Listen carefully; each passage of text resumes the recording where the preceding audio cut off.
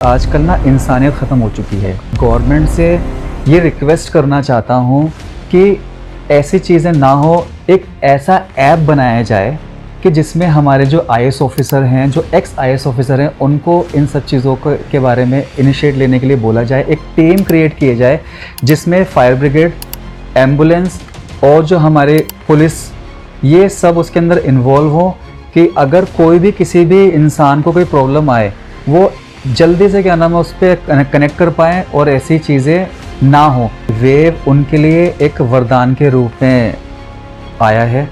जितने भी छोटे क्रिएटर्स हों, चाहे वो डायरेक्टर हैं, प्रोड्यूसर हैं छोटे या राइटर्स हैं, उनको अपनी क्रिएटिविटी दिखाने का मौका नहीं मिलता किसी अनदर प्लेटफॉर्म पे।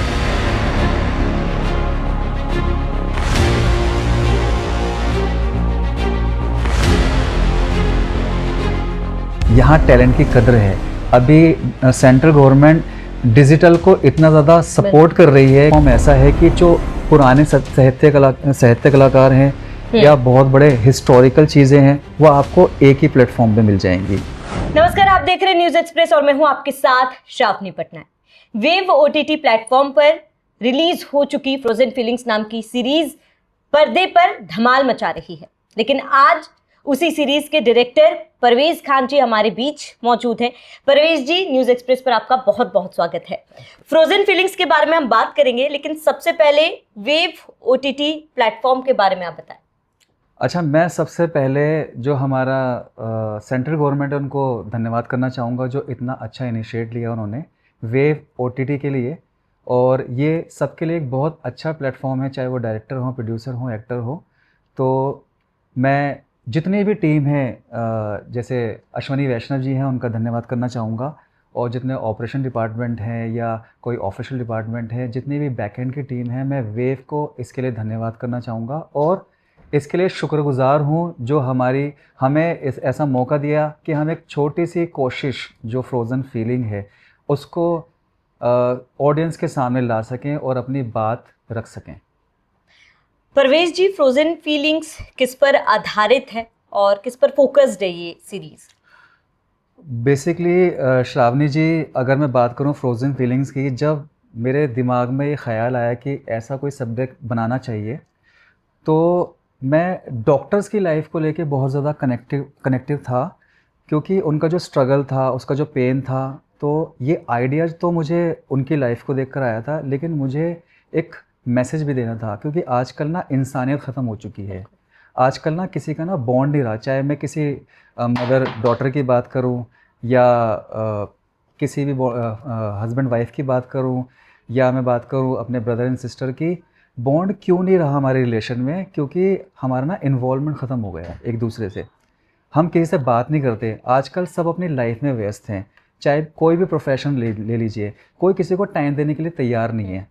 तो ये बॉन्ड होना बहुत ज़रूरी है। तभी इसी वजह से आजकल ना लोग डिप्रेशन में जा रहे हैं, लोग कुछ कह नहीं पा रहे अपनी बातें।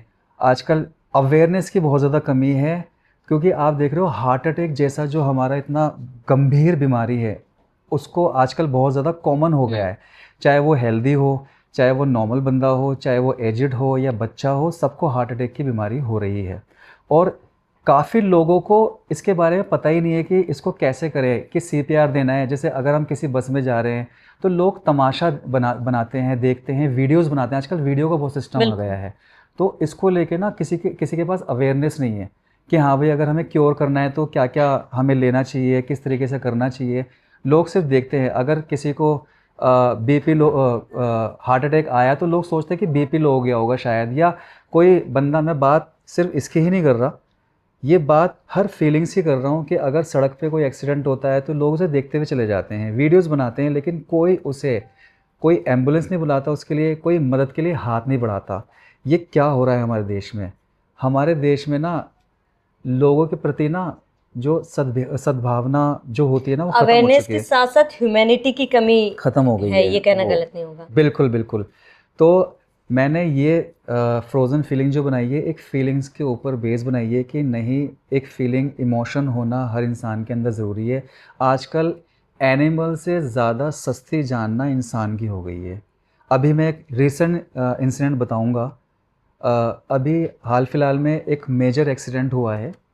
तो मेरे पास ऐसी सर्कुलेट हुई एक वीडियो जिसमें एक इंसान वीडियो बना रहा है और मेजर एक्सीडेंट ऐसा हुआ है कि ट्रक में बस घुस गई है और वो जो ट्रक ड्राइवर है वो वहाँ पे बैठा हुआ ये बोल रहा है कि प्लीज़ मुझे बचा लीजिए, मुझे निकाल लीजिए, प्लीज़ मेरी हेल्प कर दो, मुझे निकाल दो। लेकिन जो शख्स वीडियो बना रहा है वो उससे ये बोल रहा है कि आपने घर पे फ़ोन कर दिया? अच्छा, आपके घर वालों को पता है? मतलब वो वीडियो बनाने में, उससे पूछने में इतना ज़्यादा व्यस्त है कि उसने ये नहीं पूछा उसके बजाय कि आप मुझे नंबर दे दो, ये मैं फ़ोन कर इंसिडेंट दूं। दर्शाता है परवेज जी कि कितने इनसेंसिटिव हो चुके हैं लोग। बिल्कुल बिल्कुल, कि आजकल जान की कोई वैल्यू नहीं है। आप वीडियो बनाने में इतने ज़्यादा व्यस्त हो गए कि इंसान तड़प रहा है कि आप उसको निकाल नहीं रहे वहाँ से। वो मतलब वो आपसे मिन्नतें कर रहा है कि बिल्कुल। प्लीज़ अपनी जान की भीख मांग रहा है, वो 2 घंटे वहाँ वो तड़पा है।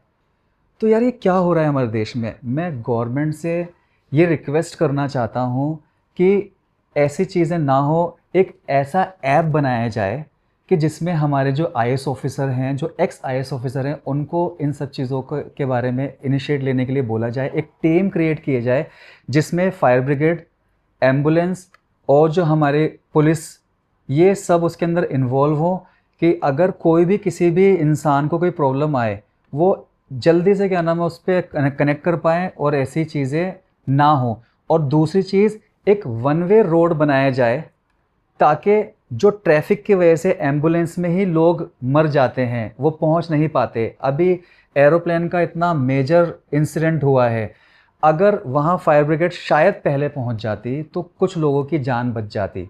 तो एक वन वे रोड ऐसा बनाया जाए जिसमें सिर्फ पुलिस अधिकारी को हक हो, फायर ब्रिगेड, एम्बुलेंस और जो ऐसे ऐसे मेजर इक्विपमेंट हैं वो आराम से ईजिली जा सकें। तो मेरी ये रिक्वेस्ट है सरकार से। अब मैं कनेक्ट कर सकती हूँ कि क्यों इस सीरीज का नाम Yes. फ्रोजन फीलिंग्स रखा गया है। आप आखिरी सवाल परवेज जी, क्योंकि आपने कहा कि सेंट्रल गवर्नमेंट का बहुत सहयोग है वेव ओटीटी प्लेटफॉर्म Yes. पर। ऐसे में इस ओटीटी प्लेटफॉर्म के जरिए जो छोटे क्रिएटर्स होते हैं जिन्हें एक मंच चाहिए होता है, उन्हें इससे कितना ज़्यादा फ़ायदा मिलेगा या फिर मौका यूं कहे कि मिल रहा है? अच्छा, ये कहना गलत नहीं होगा कि वेव उनके लिए एक वरदान के रूप में आया है। जितने भी छोटे क्रिएटर्स हों, चाहे वो डायरेक्टर हैं, प्रोड्यूसर हैं छोटे या राइटर्स हैं, उनको अपनी क्रिएटिविटी दिखाने का मौका नहीं मिलता किसी अनदर प्लेटफॉर्म पे। वेव ओटीटी एक ऐसी लहर है कि उनको टैलेंट दिखाना है। अगर आप टैलेंटेड हो तो आप जाइए, अप्रोच करिए, आप कहीं से इनिशिएट लीजिए और इसको प्रोसीड करिए और अपने टैलेंट को उनके सामने रखिए तो वो एक्सेप्ट कर रहे हैं। क्योंकि डिफरेंस क्यों है, अगर आप किसी अनदर प्लेटफॉर्म पे जाएंगे, कितने भी बड़े बड़े ओटीटीज़ हैं, वहाँ प्रोडक्शन हाउसेस को ज़्यादा इम्पोर्टेंस दी जाती है, क्रिएटिविटी को नहीं। अगर आप एक बड़े प्रोडक्शन हाउस हैं या आप एक बड़े प्रोड्यूसर्स हैं तो आपका क्रिएटिविटी से कोई लेना देना नहीं है। आप वहाँ पे अगर आप क्रिएटिव हो तो वहाँ आप रिजेक्ट हो जाओगे। लेकिन यहाँ ऐसा नहीं है, यहाँ टैलेंट की कदर है। अभी सेंट्रल गवर्नमेंट डिजिटल को इतना ज़्यादा सपोर्ट कर रही है कि अभी उन्होंने ये बताया कि जो नैनो इन्फ्लुएंसर हैं या इन्फ्लुएंसर हैं या आप हाउसवाइफ हो या कोई भी हो, आप रील्स भी बना सकते हो, रील्स भी प्रमोट कर सकते हो। तो वो इतना ज़्यादा प्रमोट कर रहे हैं डिजिटल को, हर एक बंदे को वो मौका देना चाहते हैं, चाहे वो कोई भी फील्ड में हो। ऐसा नहीं है कि इसी फील्ड में, आप किसी फील्ड में हो, ये ओटीटी प्लेटफॉर्म ऐसा है कि जो पुराने साहित्य कलाकार हैं या बहुत बड़े हिस्टोरिकल चीज़ें हैं, वो आपको एक ही प्लेटफॉर्म पे मिल जाएंगी, जो है वेव ओटीटी। बिल्कुल, और इसमें कोई संदेह नहीं है कि सेंट्रल गवर्नमेंट हमेशा से डिजिटल इंडिया पर फोकस करती आ रही है और इसके साथ ही जो उभरते कलाकार हैं, जो नए इन्फ्लुएंसर्स हैं, जो सोशल मीडिया को काफ़ी ज़्यादा प्रभावित करते हैं पॉजिटिव वे में, उनको भी एक प्लेटफॉर्म सेंट्रल गवर्नमेंट की तरफ से, वेव ओटीटी प्लेटफॉर्म की तरफ से मिल रहा है। और इसके साथ ही परवेज जी, फ्रोजन फीलिंग सीरीज़ के सक्सेस के लिए भी आपको बहुत बहुत शुभकामनाएं और हमारे साथ जुड़ने के लिए, समय देने के लिए आपका बहुत बहुत शुक्रिया। धन्यवाद।